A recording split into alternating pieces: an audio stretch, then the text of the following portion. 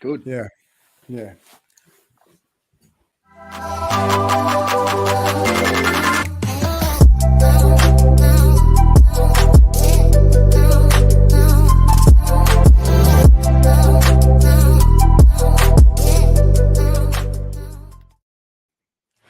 Welcome back to another edition of Scott's and Socks.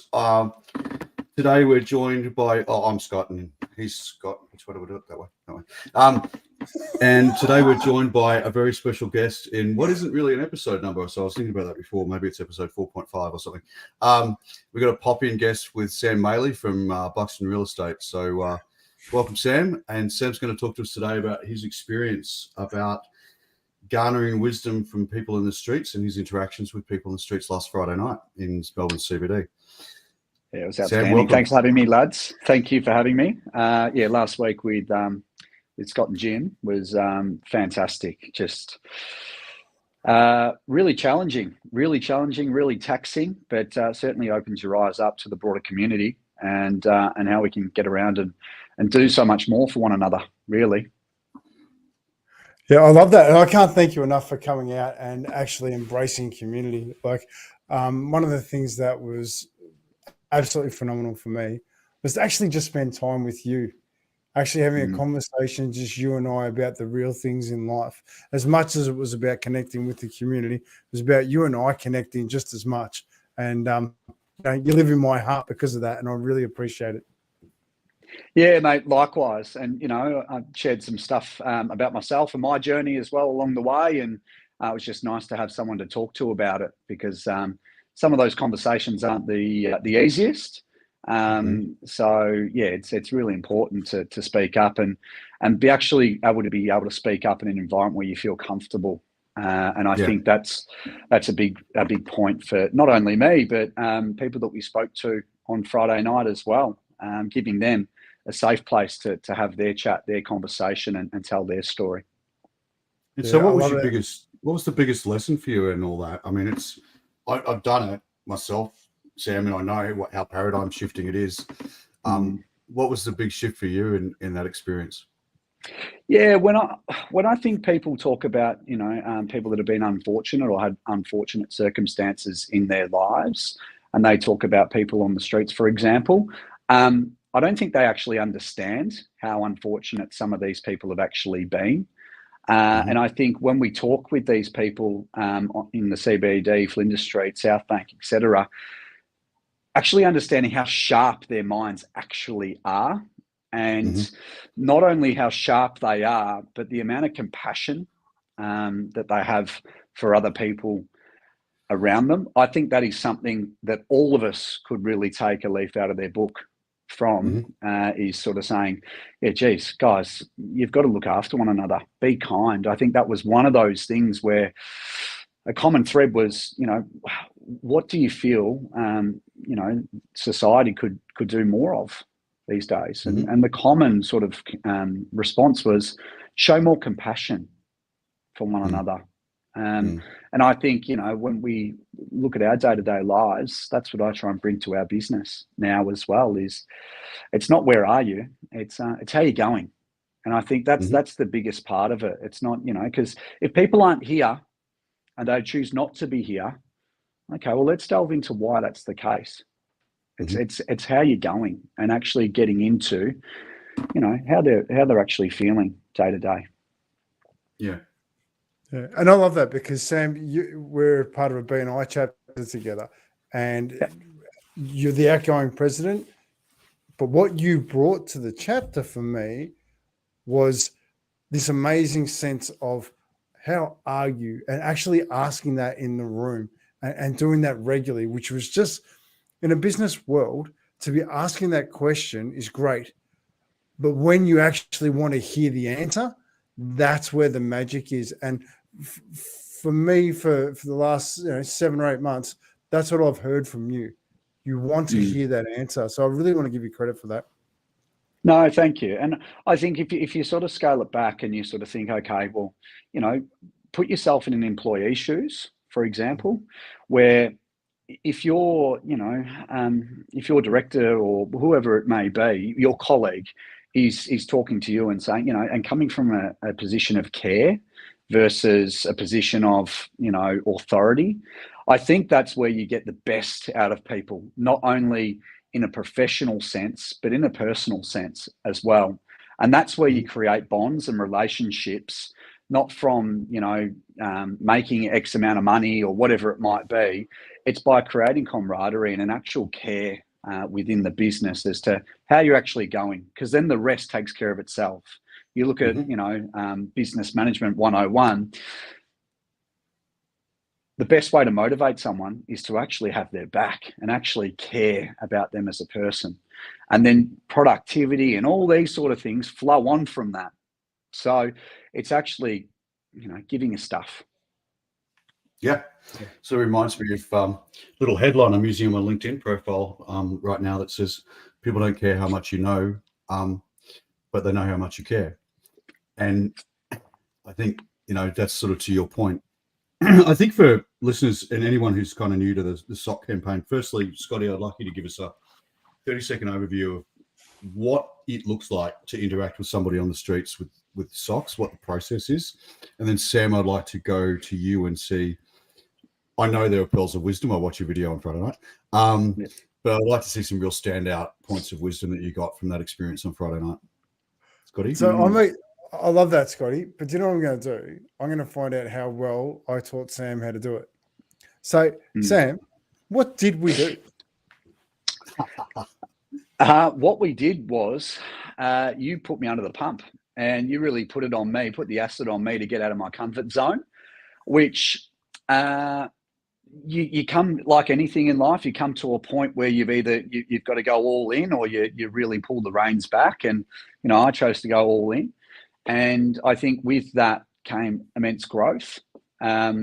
So it was about approaching people in the street that you thought might need a smile or might need a how you going. And some of these characters aren't people you would walk up to every day, or certainly most people wouldn't.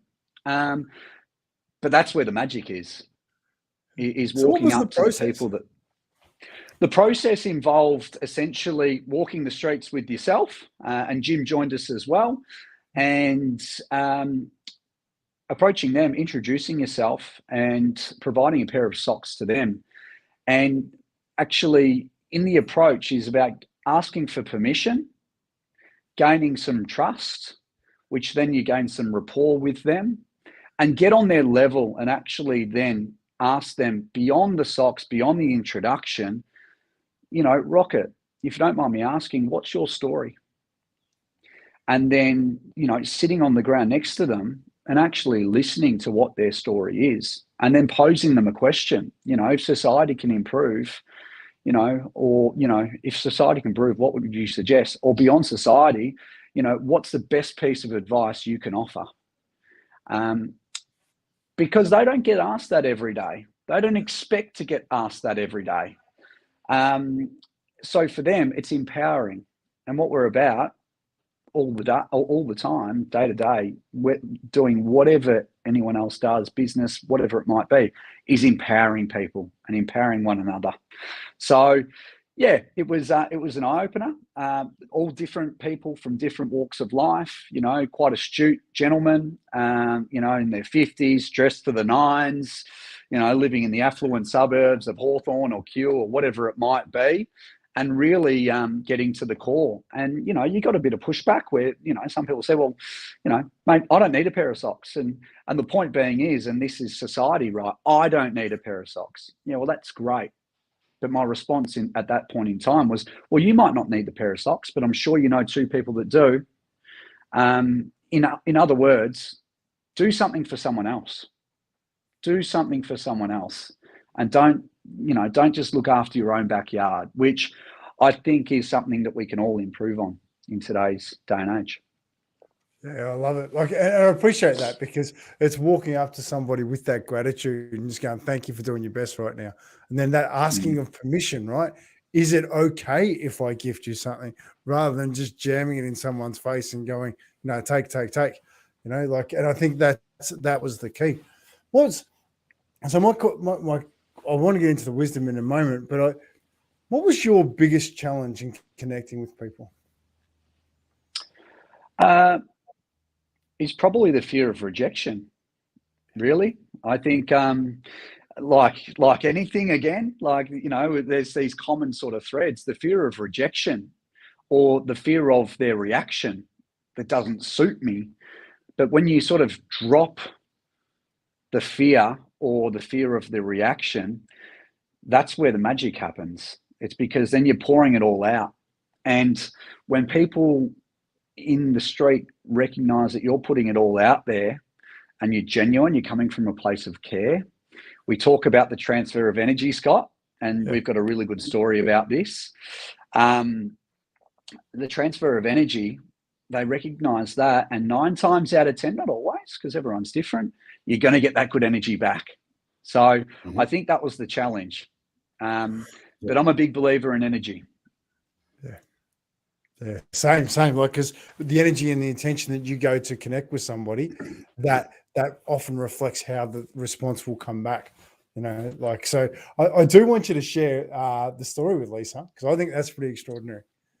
Yeah, you knew the one I was going to talk about. So we hopped off the train at Flinders Street, and Lisa was the first person we spoke to for the evening. And Scott was great in approaching and, you know, showing me how it was done, because I had my training wheels on. I still do. But, you know, we approached Lisa. She was sitting there. She had some unfortunate sort of circumstances she was dealing with at the time.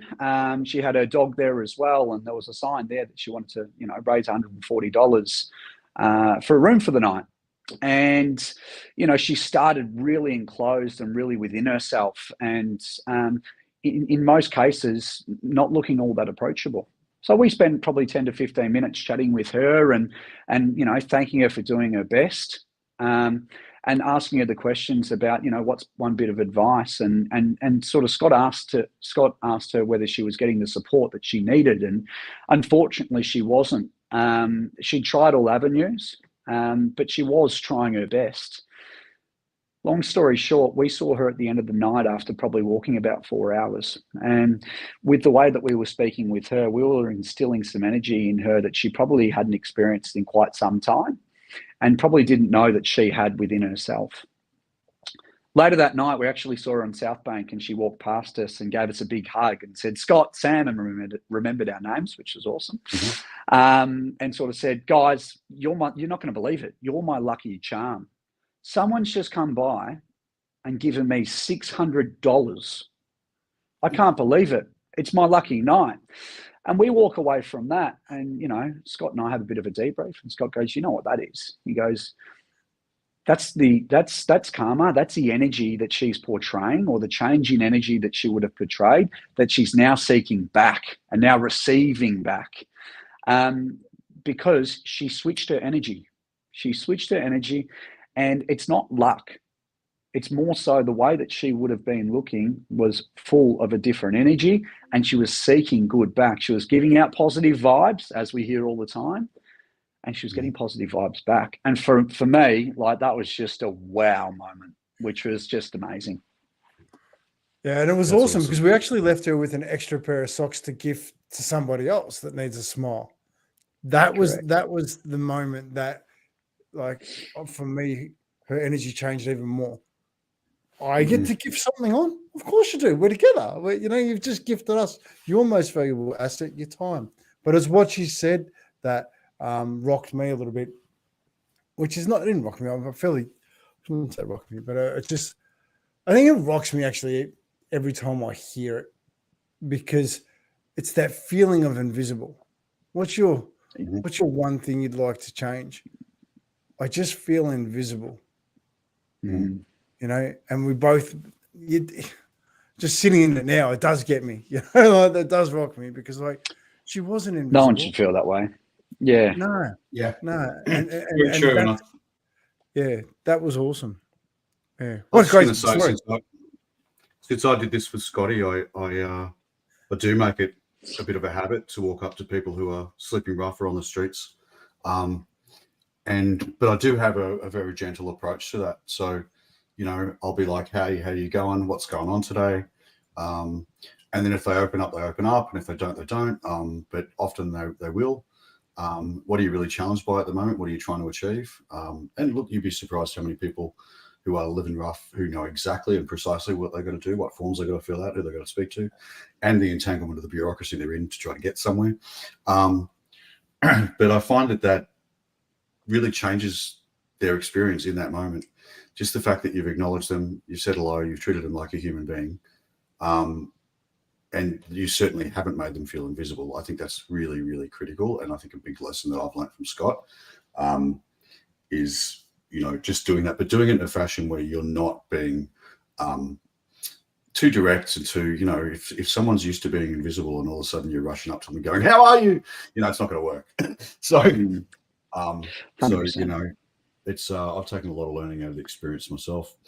Any other stories you want to share, gents? Yeah, well, just flowing on from that, I think Scott was very good with me as well, but my approach was completely wrong to begin with, and it was more so my body language and how I was approaching was probably a little bit boisterous. And one thing I sort of noticed, and we talk about in the working world that I'm in as well, you've got to get on people's level. As someone sitting on the ground, I'm standing up and talking over them. Well, that's just the biggest no-no. So, Scott pulled me up on that early, and that was great. That was great learning for me, because I do it every day at work. Why am I doing it out in the street and talking with people? So, it's about getting on their level and actually, not speaking above them. Because then once again, it's that trigger. It's like, well, you're standing above me. You feel like you're above me. Are you above me? And then that's where the negative energy starts to take place. And that's where it all falls to, really.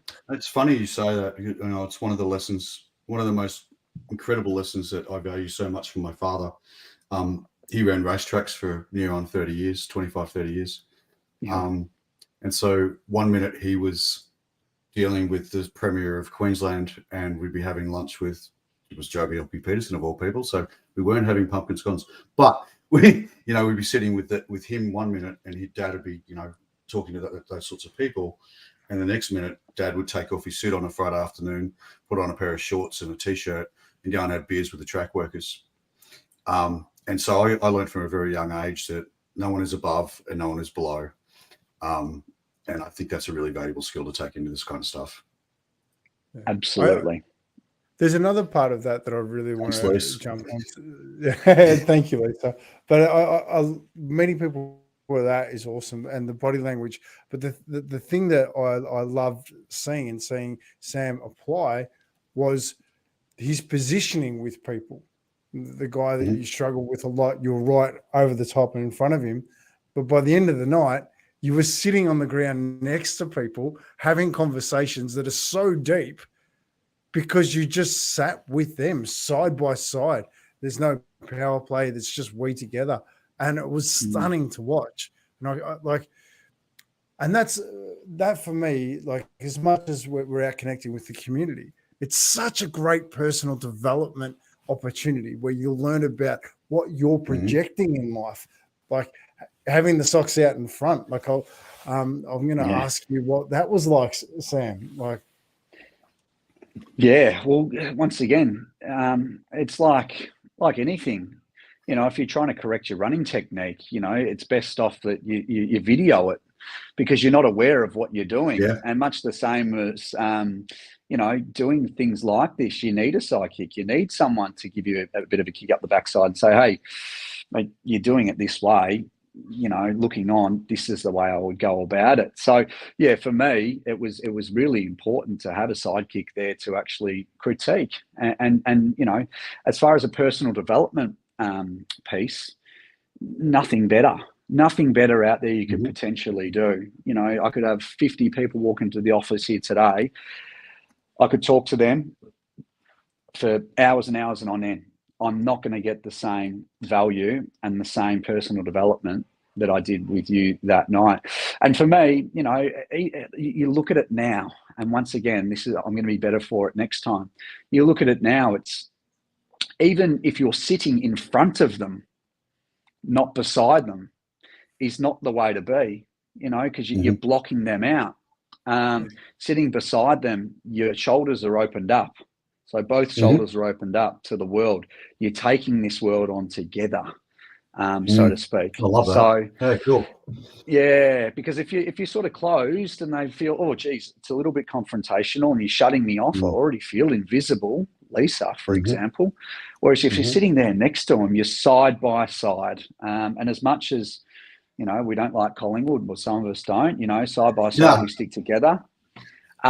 It's true. And all these little epiphanies start coming up where it's like, yeah, side by side. That's the way you've got to be with people. So just picking that up and sort of visualizing now. Yeah, and that's brilliant. Oh, sorry, Scott. I've got another question. No, just because I was in the moment, but there was a time that Sam has just gone through all these personal little learnings that he's gotten through, and then I threw a bigger task at him. All right, and this is the one that I think we need to speak about a lot more. How was it walking up to the more affluent of our society? The most difficult for me. Yeah. Absolutely. Why? I know a lot of people like that. And I know the way that they operate and I guess the way they think of themselves. And, it's unfortunate to know a few people that way inclined, and it's harder to get cut through. Why? Not only in their position, but probably more so the demographic of the person. And I think, as we know, middle-aged men are probably the hardest to cut through too, because they've got their guard up. And it's all about, go away, mate, leave me alone. And I think, sort of like my father's generation, really, where, I'm quite lucky where dad shares his emotions with me, but it didn't happen overnight. It's one of those sort of things where, they're not used to it. They're not as well educated in that sort of sphere. And I think more life experiences like this, if I had my time again and I saw him this coming week and I saw him again, I'd say, why don't you come and join me on the walk? Why don't you come and join me? Because I think that that's going to really help them develop further. Because I think with middle-aged men, and I'm generalizing here, boys, but we know that they know a lot, and they know it all in theory. But I think what they're as a middle-aged man, I couldn't agree with you more. I know everything. but there's a fear of opening up as well, and I think that's the biggest thing, and sort of cutting through, because I knew I was going to cop rejection there, and that was why it was difficult. I knew I was going to cop resistance, and I kept going. And really just trying to get some cut through. I followed this guy. He was walking to where he's walking to, but I refused to sort of step down. And and Scott sometimes gets a little frustrated with dealing with men of this sort of demographic, because they offer such resistance. But at the same time, they're probably the people that Scott speaks to the most, that need the most help, which is where a frustration comes from him, is to say, hey, pull your head in, take the socks, and actually, stand up and talk to me about these sort of things, because I'm sick of really trying to pick up the pieces that are left behind from this sort of catch up. So, yeah, it's interesting though. I think we are inherently trained to seek out danger. I mean, it goes back to the caveman era, right? So what is this thing? What does it represent to me? Is it a threat to me? And often with homeless people or whatever, we'll start doing what might be coined the COVID walk. But remember when we were all in lockdown and everyone had masks on, and you walk down the street and someone would go, hey, away we go. I'm gonna now step 3 yards to the right. Danger. Yeah. There's another person. But I think inherently we're sort of conditioned to look for danger. Is this dangerous? Is it not? And we do it very, very, very quickly. Oh, I've got to commend Sam before we move on, because his tenacity to connect with this bloke paid dividends, Mhm. right? He eventually listened. He eventually took the pair of socks. He eventually had the opportunity to have a conversation, and he knew exactly who needed those socks. He knew. Yeah. Yeah. But it took that tenacity to go in, no, you're going to listen to me. And I think that was something that may have shocked you a little bit, Sam, because I'm a pretty chilled sort of dude. But when it comes to this stuff, I am not. Yeah. And I love that. Yeah. I love that. Passionate about it. And I think with this guy in particular, I knew that there was cut through, because straight away he goes, actually, there's 2 people in queue that I could give this to. Now, what that's doing for him mentally is he's actually identifying who they are, and he's counting who they are. And then naturally it's creating awareness in his mind to go, geez, I've really got to think about others. And even for that split second, but it's just block by block and it's chipping away. And I think we had some real cut through with that guy. And if I saw him next week, the week after, and the next month, I'd be really interested to sort of see what his approach would be second time around. I think it'd be very, very positive. Yeah. How cool. brilliant is that? So is just there anything you want to close out with, Scotty? Yeah. So I'm just conscious of time, because I want to keep it restricted. I'd like to ask you, Sam, for a 2-minute testimonial on your experience walking the streets. Yeah, my experience walking the streets. First and foremost, the bulk of work that you do, Scott's, just based on really creating awareness, but then actually just being so passionate about what you do, because Scott, Carson, I know you very well. It's you get out of bed thinking, what can I do to help someone else? And I think that there's gold in that, because not everyone does. And I think, once again, I take it back to a bit of a case study when we were walking the streets, where you give people a pair of socks, and quite often the response was, oh, I don't have money for this, or I'm not paying you for this. It's not. So it's almost, what's in it for me? What's in it for me? It's not just, hey, take a gift, thanks for doing your best. It's not that at all. So I think the testimonial is, from a personal development point of view, there is nothing better that you can do than joining the guys or girls walking the street and really giving back, because it opens up your eyes to the world that we live in. And I think that is the real world. It's not, it's not walking into an office building every day and whatever it might be, and that's life. No. That's nothing to do with life. It's a segment of your life, absolutely. But get out there and experience it for yourself, because the amount of compassion that you will show for other people, not only that, but your relationships with the people that you love will be so much stronger because of it. Excellent.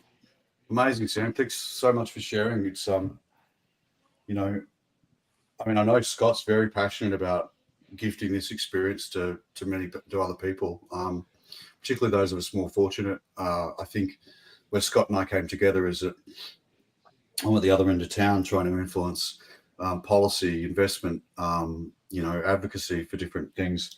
And Scotty's on the streets, and I thought, we would be a really good combination, because he keeps me grounded, and I hopefully try to keep him channeled in terms of how where he puts his time and effort. But yeah, it's I know personally it was a great experience for me, and something I want to continue to do, with or without socks, to be honest.